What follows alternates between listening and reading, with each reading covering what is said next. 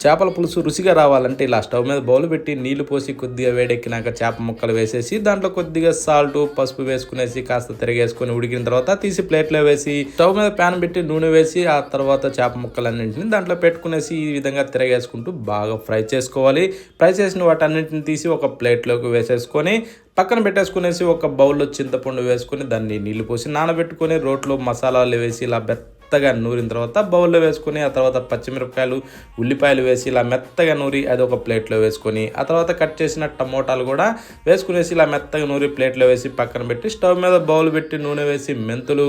ఆవాలు అల్లం వెల్లుల్లి పేస్టు ఆనియన్ పేస్ట్ వేసుకునేసి చిటికెడు పసుపు కరివేపాకు వేసుకుని ఇలా వేగిన తర్వాత స్పైసీ తగ్గట్టు కారం వేసుకునేసి ఆ తర్వాత సాల్ట్ వేసి ఇలా వేగిన తర్వాత టమోటా పేస్ట్ కూడా వేసి కలిపి చింతపండు పులుసు పోసి సాల్ట్ వేసి మరగనిచ్చి ఫ్రై చేసిన చేప ముక్కలు వేసి కాస్త దంచిన పొడి చల్లుకునేసి ఇలా తిప్పి ఉడకనిచ్చి కొత్తిమీర చల్లుకొని వేడివేడిగా తింటే సూపర్.